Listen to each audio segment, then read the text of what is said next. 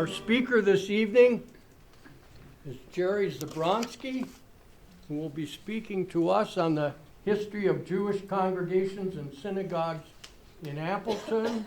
And one of these pages,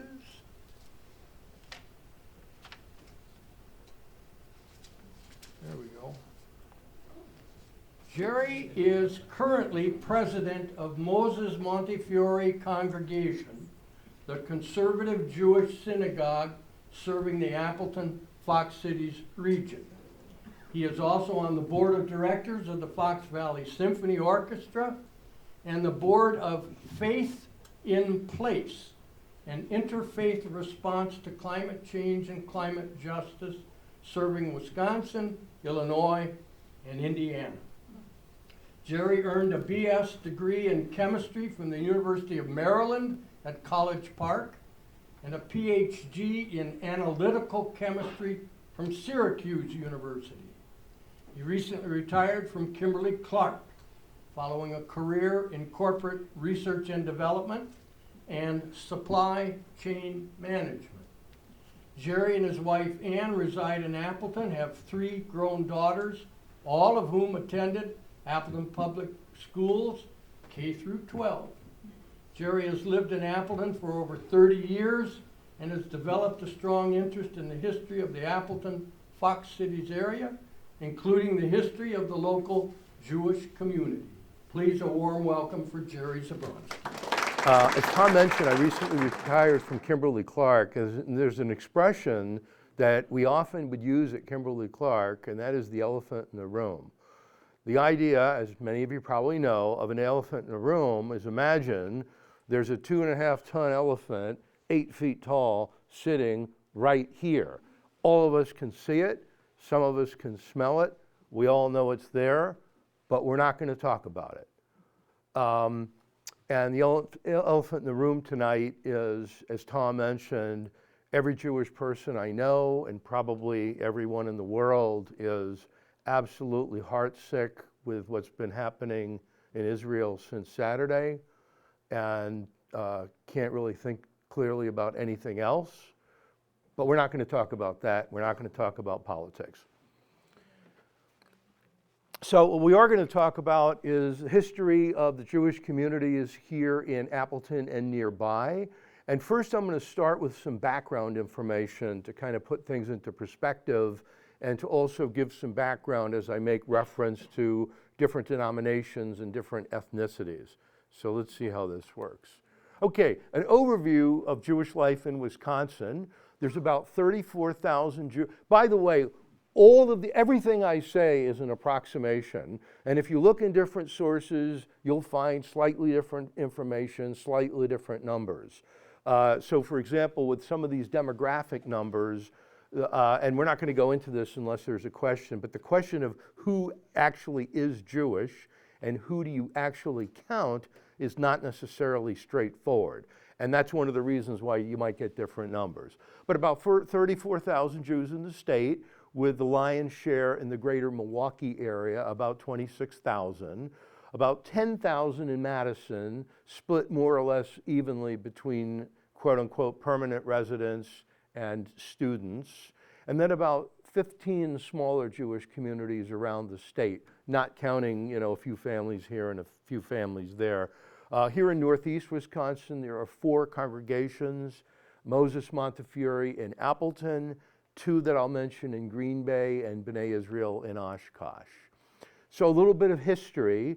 The way I think about it is waves of immigration. So there was a wave of immigration from Germany and Central Europe starting in the 1840s that lasted for about a generation.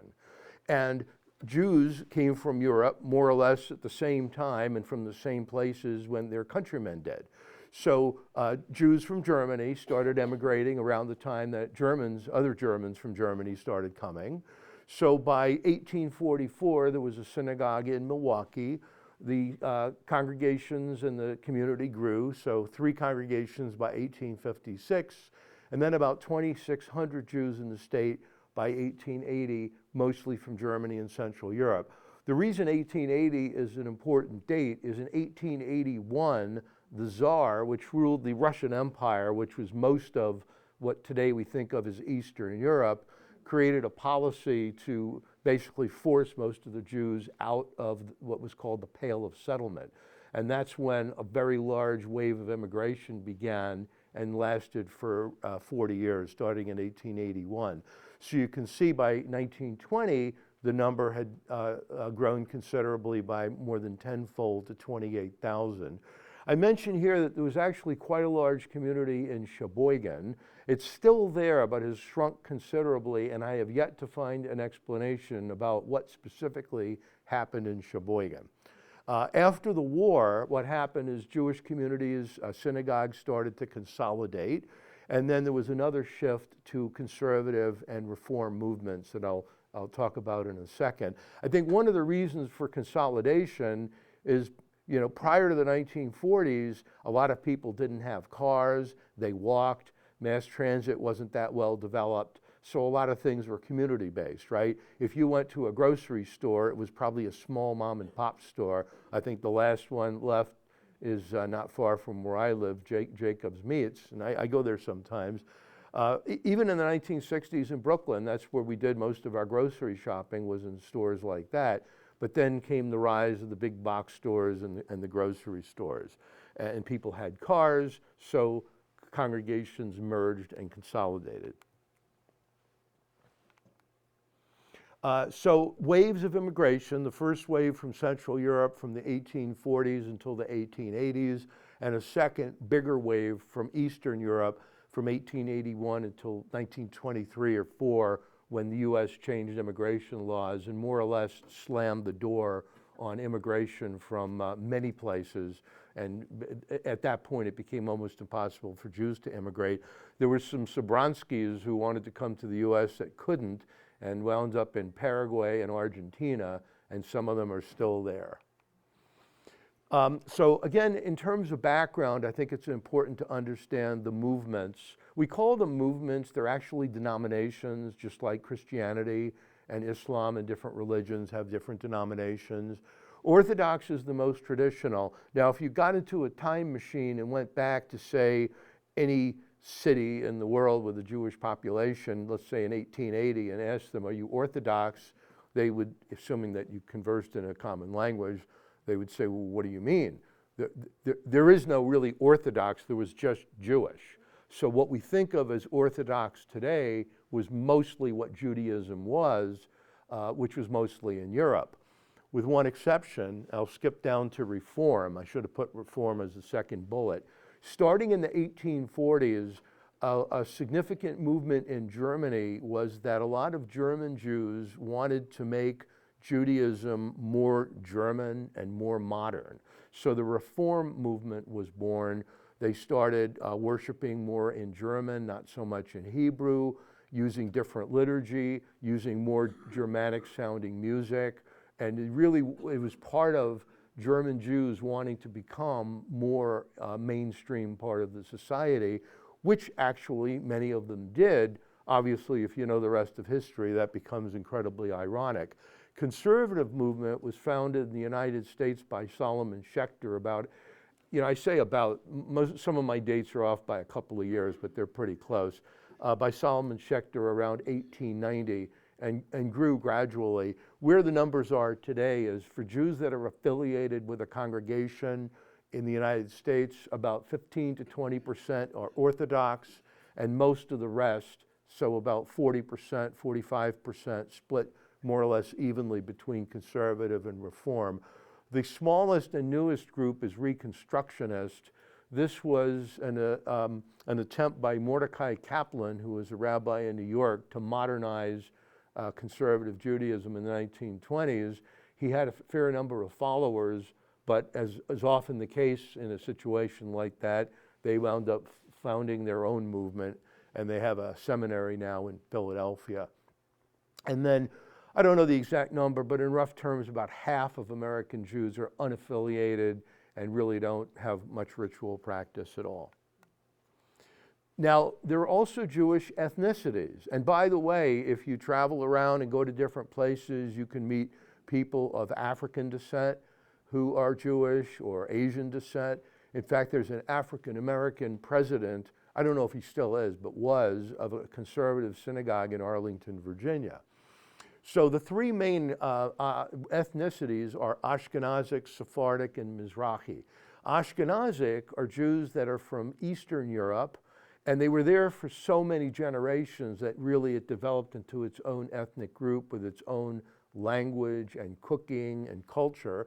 The language being Yiddish, which was the language of my grandparents. Ashkenazic Jews in Central Europe, Eastern Europe. The majority of American Jews are of Ashkenazic background, and the traditional at-home language is Yiddish. As an aside, I'll mention that after my father passed away, I was in my mid-20s, his sister, my Aunt Charlotte, mentioned that they didn't speak English at all at home. They only spoke Yiddish, and my dad only started learning English in school. And I said, "You're kidding." I had no idea. I mean, he didn't really have an accent except maybe a little bit of a New York accent, but his Yiddish was really, really good. The second main ethnicity is Sephardic. They originated in the Iberian Peninsula, in other words, Spain and Portugal. And then there was a mass expulsion in 1492. That date resonates for other reasons. And a lot of the Sephardic Jews went to North Africa and stayed in North Africa for many generations. Some came to the New World. There are significant Sephardic communities, not so much in Wisconsin, but in places like California and New York. And then the other, which is smaller but still significant, is Mizrahi, that lived in Persia. And these groups lived in these parts of the world for hundreds and hundreds of years, longer than any of our families have been in the United States, well, most of us anyway, so that they would develop, again, their own food, language, and culture. For Sephardic Jews, their at-home language wasn't Yiddish, it was something called Ladino, which is a bit like Castilian, which is a version of Spanish. But like Yiddish, if you look at Ladino, it's actually written using Hebrew letters. The way I think of the evolution of the Jewish communities in Wisconsin is a series of generations. Now, this is a little bit of an oversimplification because, as I mentioned, there were two waves of the immigrant generation. So the immigrant generation obviously came first. They probably didn't know English. They probably spoke Yiddish at home. Maybe they knew a little bit of German or Polish or Russian, depending on what language they came from. They didn't have a lot of formal education. They had formal Jewish education, what we would think of today as Hebrew school, where you learn Hebrew and you learn ritual practice and have a bar mitzvah. No bat mitzvah in those days, by the way. But the only education you would have that would be related to a career would be, being an apprentice and learning on the job. Jews in Europe generally did not have land and were not farmers, so agriculture really wasn't usually part of the background. Although ironically, on my father's side of the family, some of them did come from a back to the land village called Bricheva in present-day Ukraine, which is actually still there. So they came with job skills like tailors or grocers, and then went into those businesses in the U.S. In that first generation, usually very, very modest, just barely getting by. You might have, my mother tells a story, and this is a little bit later than the immigrant generation, that they were pretty poor. I mean, probably all of us in this room will have stories, our grandparents were really poor. So they had an apartment, but they would sleep on the floor because the family that was even poorer, they were renting the beds out so that they were basically putting up another family. And then, so the next generation, I'll use my family as an example. So my grandpa Mo, his parents came from Poland. He was born in New York City in 1908. So, so he was American, born in the U.S., followed, I think the Yankees. There were no Mets in those days. And went to school through 8th grade, which was pretty common in those days. High school was too much of a luxury. Did kind of odd jobs, really didn't have any job skills per se. But then in World War II, he had a family, so didn't get drafted. But The government put him to work in Brooklyn Navy Yard for 5 years building ships, and he emerged from that with his brother Sam with quite a bit of trade skills. So they formed a little business doing contracting and actually did very nicely. Not rich, but comfortable. So that would be typical of that second generation. Maybe they opened a grocery store, or maybe a tailor or something like that. They didn't work for big companies, because most people didn't work for big companies because there weren't many big companies. And the few that there were generally didn't hire you if you were Jewish. So that was that second generation. Maybe they went to high school, maybe they didn't. Very few went to college. The next generation would be my parents, predominantly did go to college. And as one of my colleagues at Kimberly-Clark used to say, once they see the big city, you can't keep them down on the farm. So that generation, maybe got an MBA, or maybe went to medical school, or got a BS in engineering, and went where the jobs are. And now it's the 1940s, 50s, and 60s. So the jobs are usually not in Appleton. Some are, but most weren't. And they wound up in places like Greater Milwaukee, or Madison, or Chicago, or Twin Cities, or maybe even Southern California. So what happened is, in that generation, the Jewish communities started to disperse. So in the next two generations, they continued. This would be my generation, I'm 65, and my kids continued as part of what I call the educated middle class, people who get a college degree and get a government job or a corporate job or something like that. Some became entrepreneurs, but most didn't.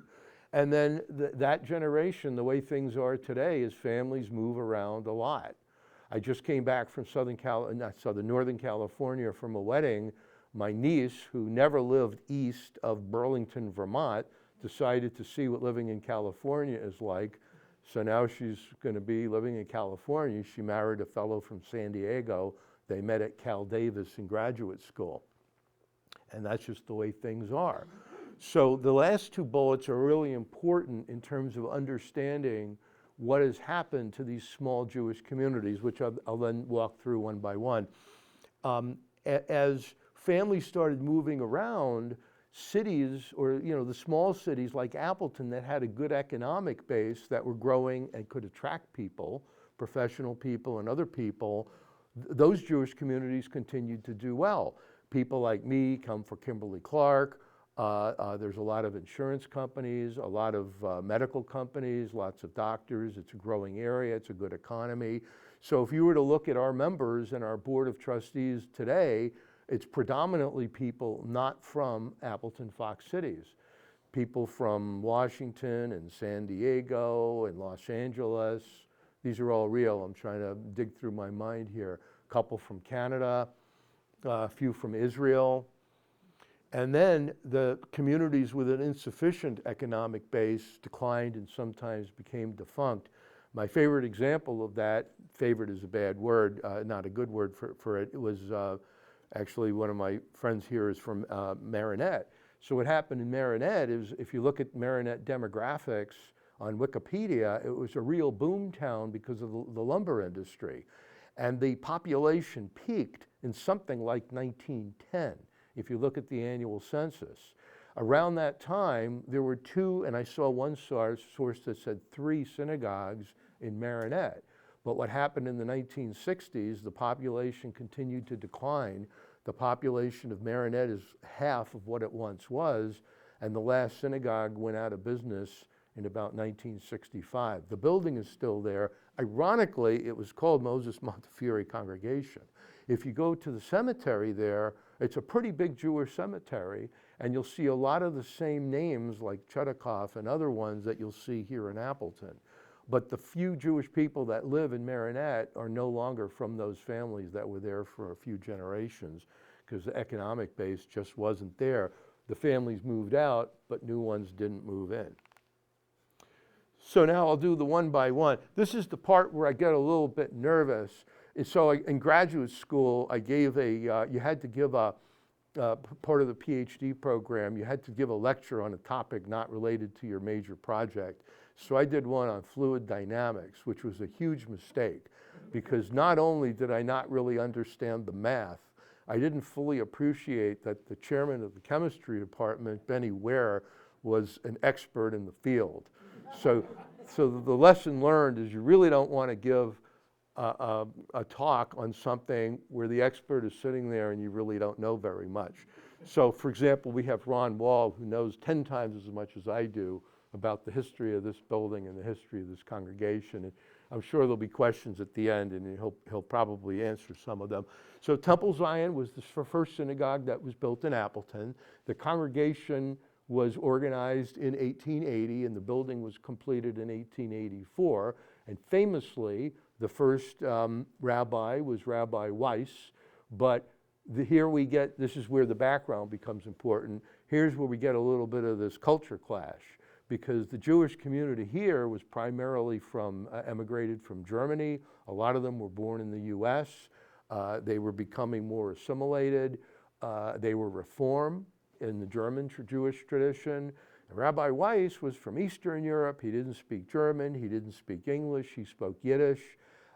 He was more from an Orthodox background. So actually, Houdini and his family and his dad were only here for a couple of years, because it really didn't work out with him being the rabbi. The next rabbi, Rabbi Solomon, and I'll talk about him in a couple of minutes, he actually stayed as the spiritual leader of Temple Zion until he passed away about 15 years later.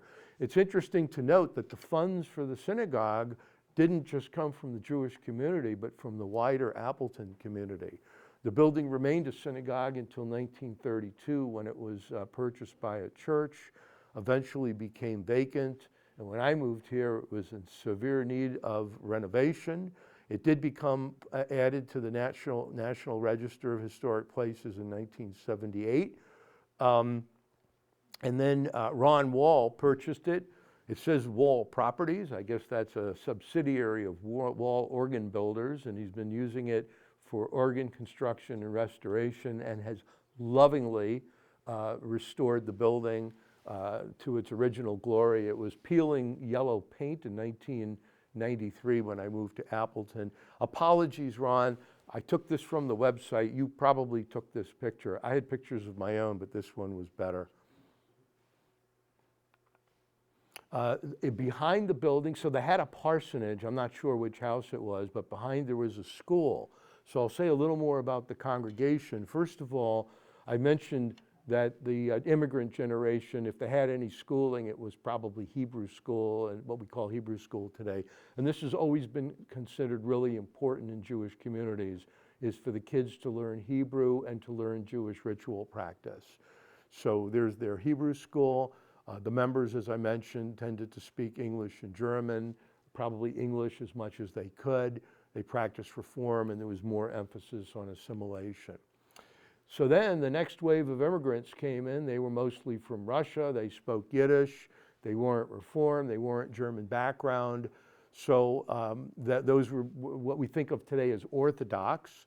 Traditional Jewish services started at the home of Mr. and Mrs. Edward Ressman around 1890.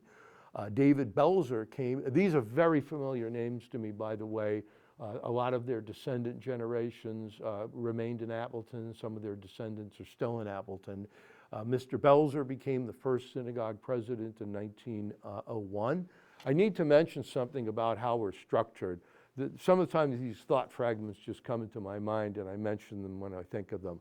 So in most synagogues around the country, the synagogue president is basically the CEO, working together hand in hand with the rabbi. The rabbi is obviously the spiritual leader, but the president worries about things like the building, how to pay the rabbi, and all of the kinds of things you need to do to run a faith community. However, our congregation, the president is more of a ritual role, although I do other things. We have a board of trustees, and our CEO is actually our board chairman, who is actually a chairperson at the moment, who's Lisa Weiner, who some of you might know. Anyway, the community continued to grow, so a small synagogue and schoolhouse was built near here, near Summer and Morrison in 1909. I didn't include a picture, but I have a few. It looked basically like a white house, but they pretty quickly outgrew that, And by 1920, after World War I, purchased land at the corner of Atlantic and Bateman for a new building.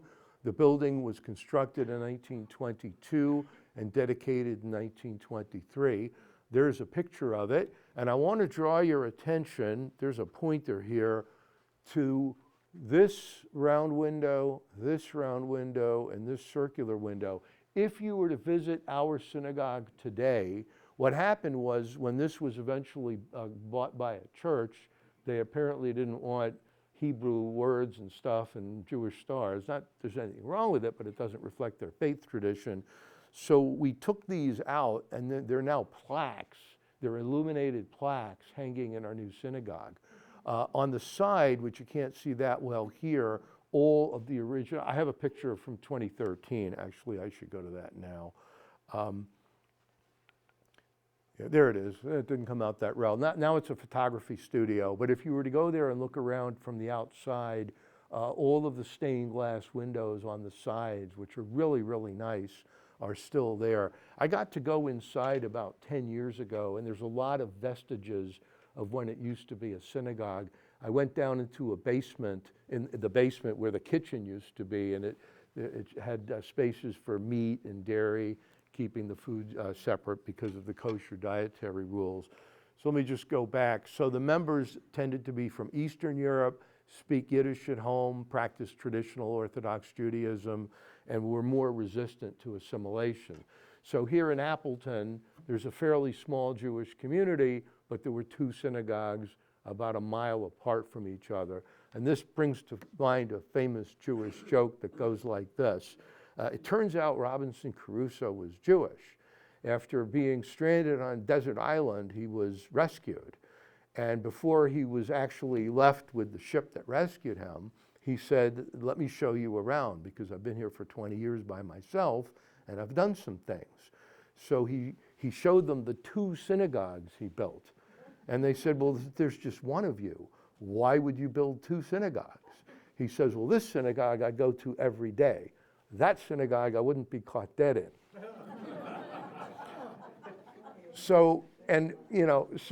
But what happened over time is, the generations sort of merged, and, the fact that your parents were from Poland versus Germany, another generation or two goes by, and everybody's so Americanized that doesn't matter. And of course, it's not just Judaism. When I was growing up in Brooklyn, New York, we had Catholic churches.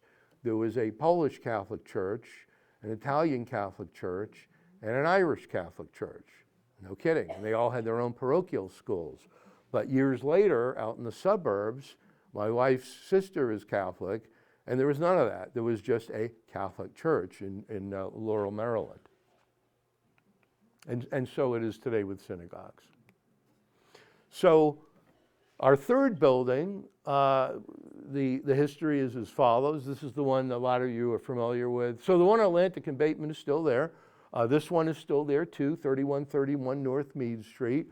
In 1965, again, the wouldn't be caught dead there scenario, the congregation moved officially from being Orthodox to being conservative, which I describe as middle of the road, joined the United Synagogues of America, which is now USCJ, United Synagogue United Synagogue of Conservative Judaism. So that was in 1965. The same year, purchased a much, much bigger plot of land at 3131 North Meade Street, groundbreaking in 1967. That was the year I moved from Brooklyn to Alexandria, Virginia, but I digress. In '69, we started using that building, even though it wasn't quite completed. Rabbi Gilbert Silverstein, I don't go through the history of the rabbis, but he had been our spiritual leader for nearly 20 years, which is quite notable, retired. 1970, the building was dedicated, but when you make a radical change, like changing affiliation, a few people didn't like it, so they created kind of a little shul, which remained Orthodox. That building is gone, and I didn't find any pictures of it, but I've seen it. It was still a little bit active.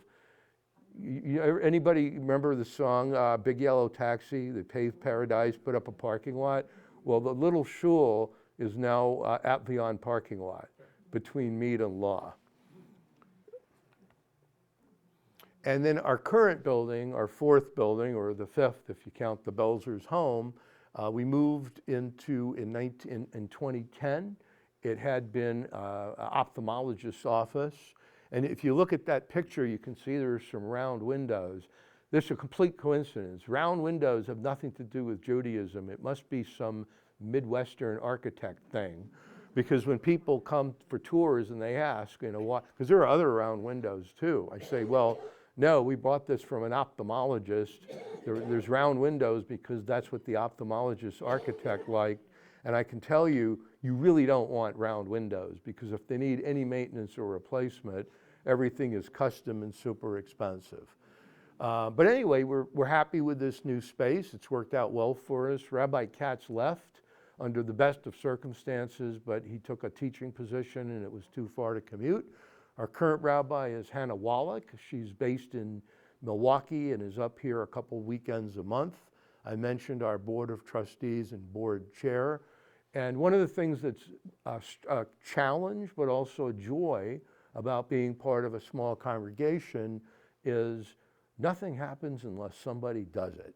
So a lot of our services and rituals and events are done by lay leaders, and we've got some very gifted lay leaders. For example, one of our relative newcomers, a fellow named Uri Levine, who works for Kimberly Clark, his father is a conservative rabbi in Philadelphia. So when you're what we call a PK, a preacher's kid, you really learn a lot about ritual practice and doing things in Hebrew and all that stuff. I want to turn my attention to something that you'll see. If you want to come visit the synagogue, you can do that, but definitely let us know in advance. I'll talk a little bit about our security concerns later. But one of the things that we've got, this is an enormous plaque. Lord help us, if we had to move it, we would need to hire a small crane, and I'm dead serious. I don't even know how that got affixed to the wall because it's bronze. It weighs probably 1,000 pounds.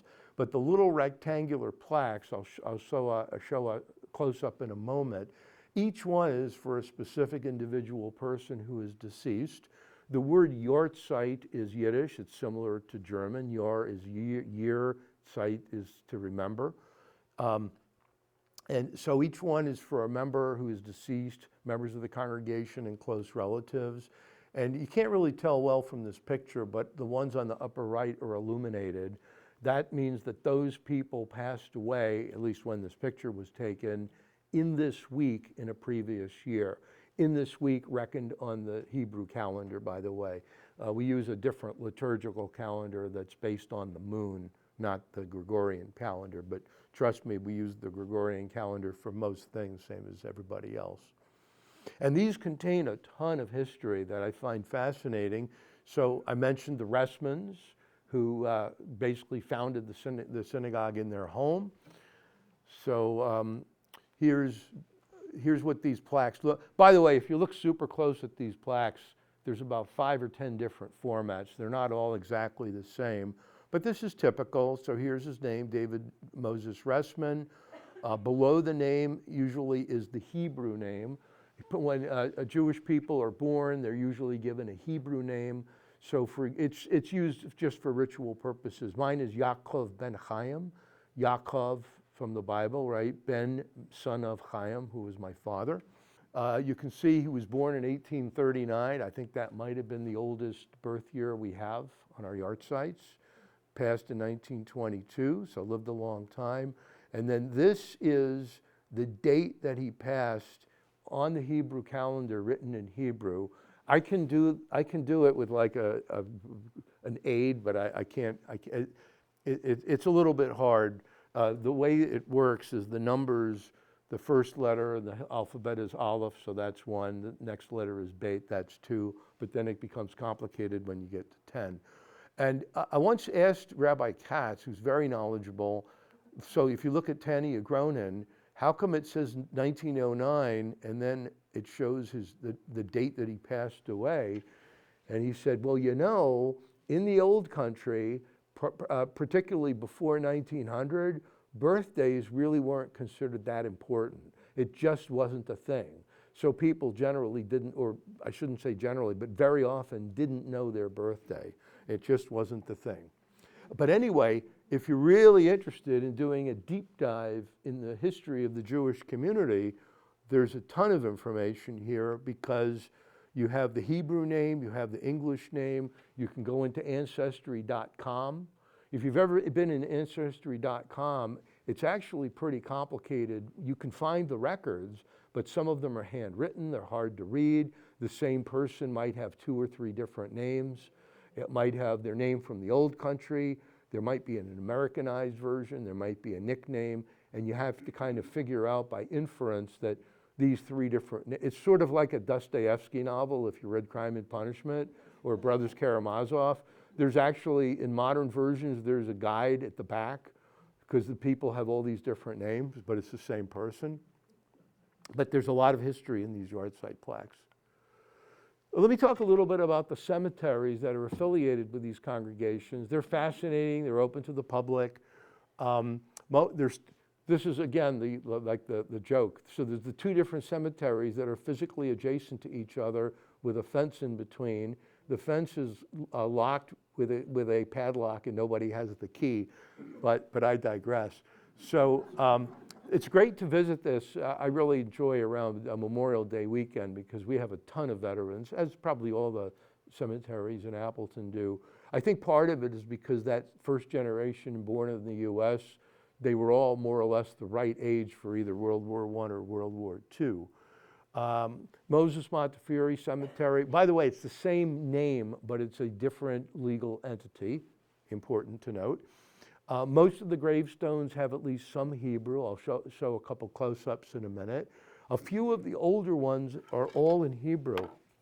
And I've said sometimes when walking through the cemetery with people, sometimes I get a dry throat.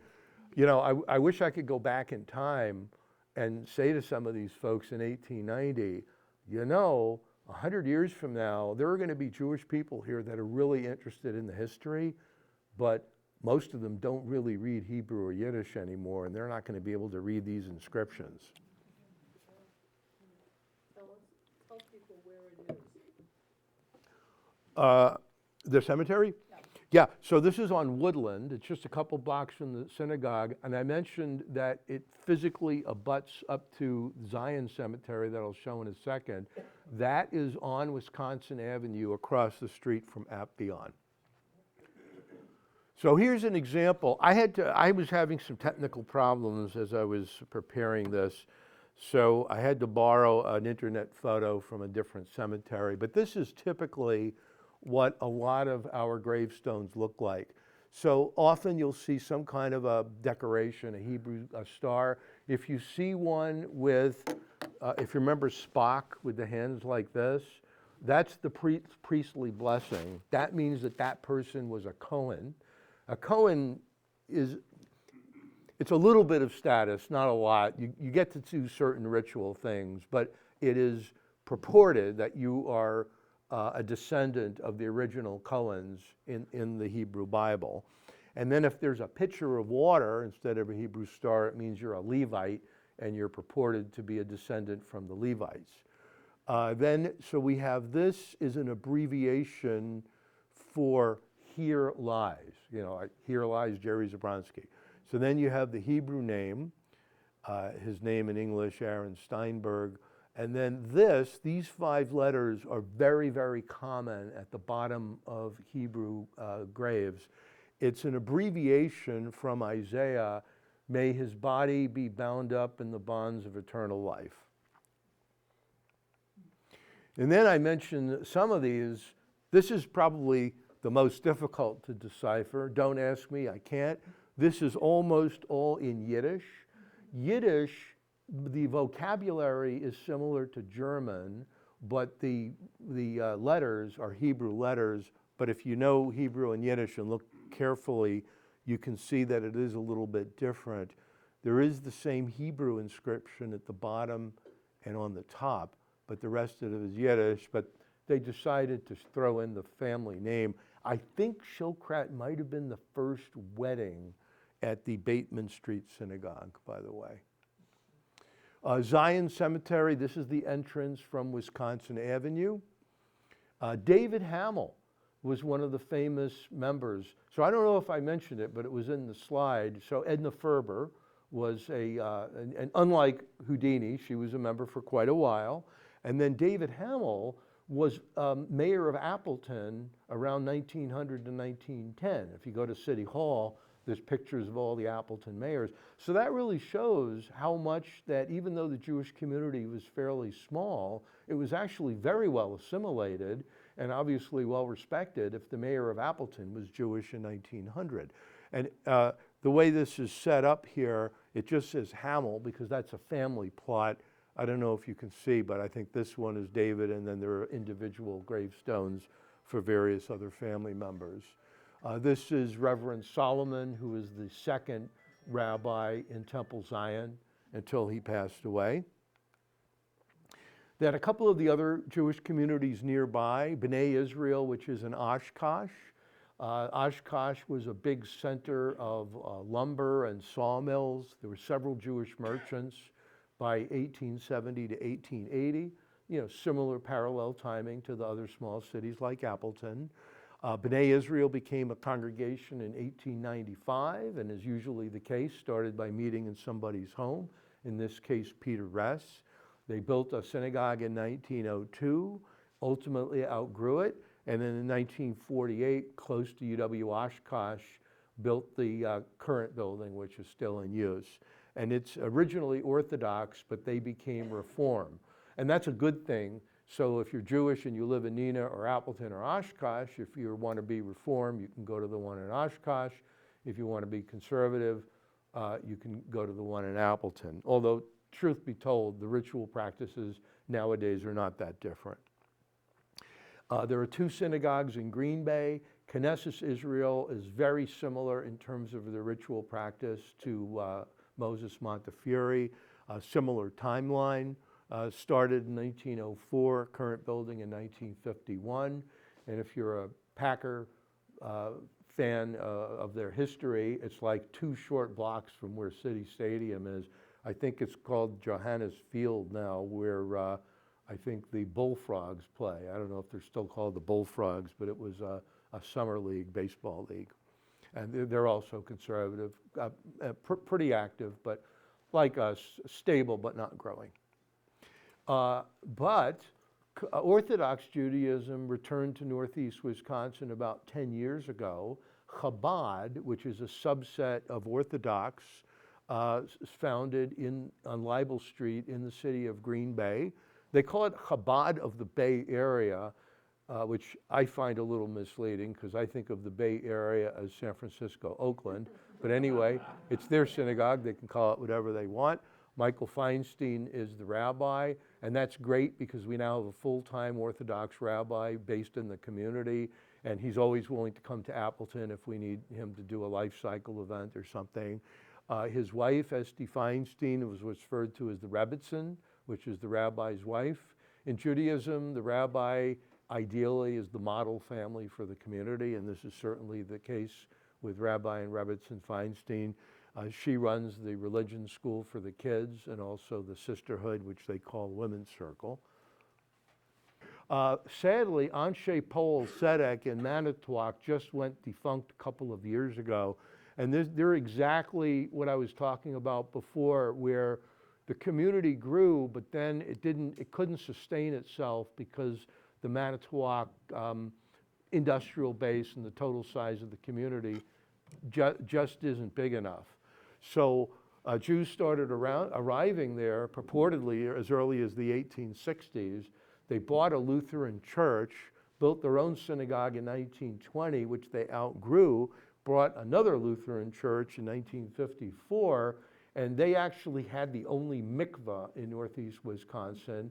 A mikveh is a Jewish ritual bath which women, if they're Orthodox, are supposed to use at the end of their menstrual period. And importantly, it's also used in a conversion ceremony.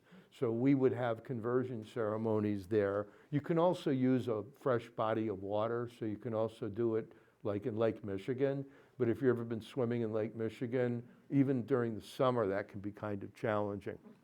They finally had to sell the building in 2018, and the congregation is no longer active.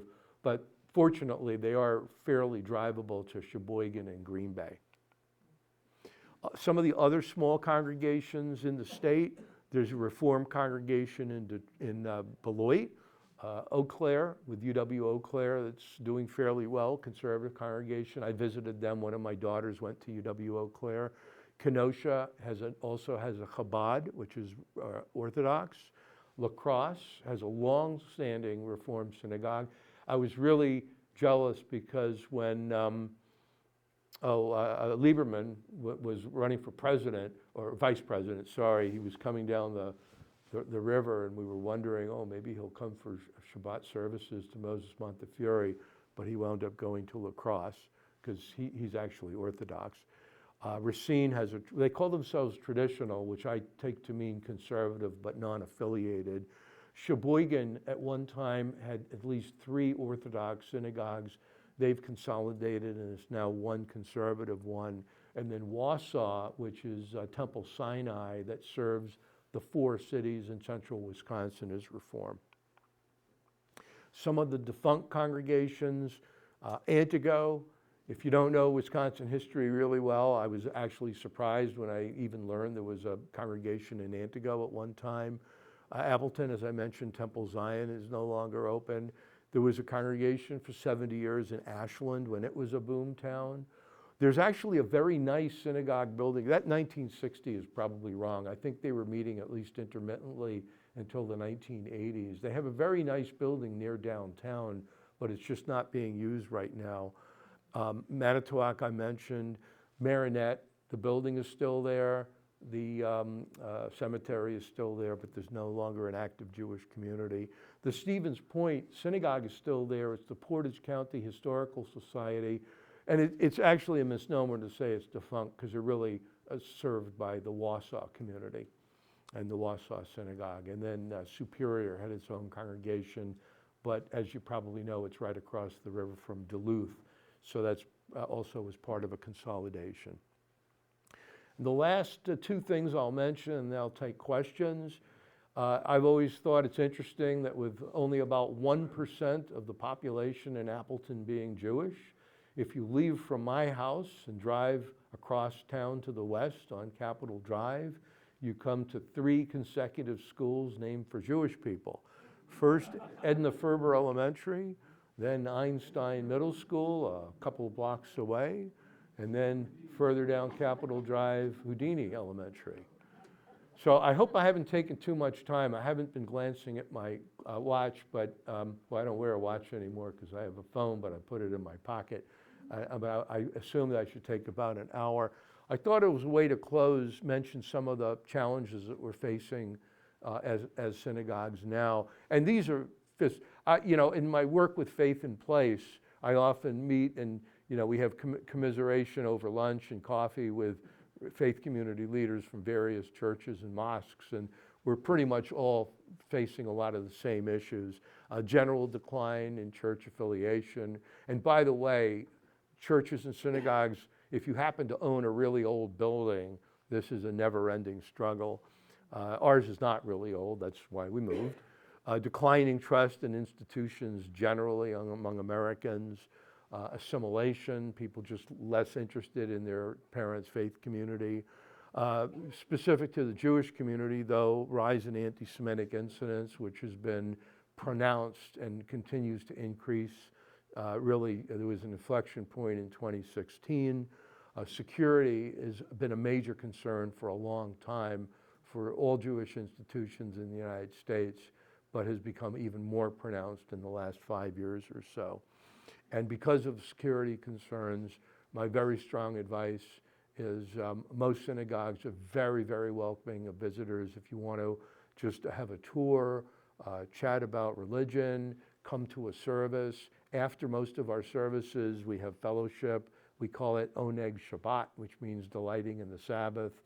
Most churches have more or less the same thing. We have, refreshments and stay and chat about the brewers or whatever people are interested in.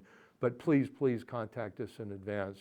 Because of the times that we live in, we're forced to keep the door locked. And if somebody we don't know comes to the synagogue and for a service and we don't know who they are, we're forced to make a decision that we don't want to have to make.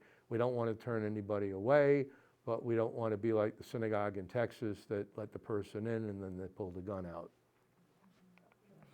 So with that, I'll take questions. Oh, one more thing. Before you leave, if you want to stop by, I have a little bit of show and tell. There's a couple of Hanukkah menorahs and some yarmulkes. The yarmulke is the traditional head covering that men wear, and women can if they want to, inside the synagogue. This is a tiny replica of a Torah scroll. The real one weighs about 30 or 40 pounds. We have several of them, but I wasn't going to bring a big one for various reasons, including the security and the value of it, but I thought it would be, since we have this, to show what it looks like. I mentioned the Jewish liturgical calendar. I have here a Jewish calendar if you want to take a look at that. It's laid out as a Gregorian calendar, but then it shows that September is the month of Elul and what the dates are and some of the holidays. And then I have a few Jewish books which show how some of our books that we use for services, for worship, English on one side, Hebrew on the other side. And this one, which is all in Hebrew, is kind of to show the history a little bit, because if you were to come into the synagogue 100 years ago and say, I want to do some Bible study, we'd say, sure, take a look at this. So what it is in the large print is a passage from the Bible, and then the small print, all in Hebrew, is commentary from various rabbis. And then we have all kinds of historical plaques. I thought I would bring one. It says, honor and appreciation of our beloved Rabbi, Reverend Aaron Zussman. And there's a little bit of an inscription. He was the first and probably longest serving spiritual leader that we had at Moses Montefiore congregation during those early years, roughly 1920 to 1938. He was not ordained, and he used the term reverend. Even an ordained clergy in those days in Judaism was sometimes referred to as reverend, but you won't hear that anymore. We'll just call them rabbi. Wow. We done? Look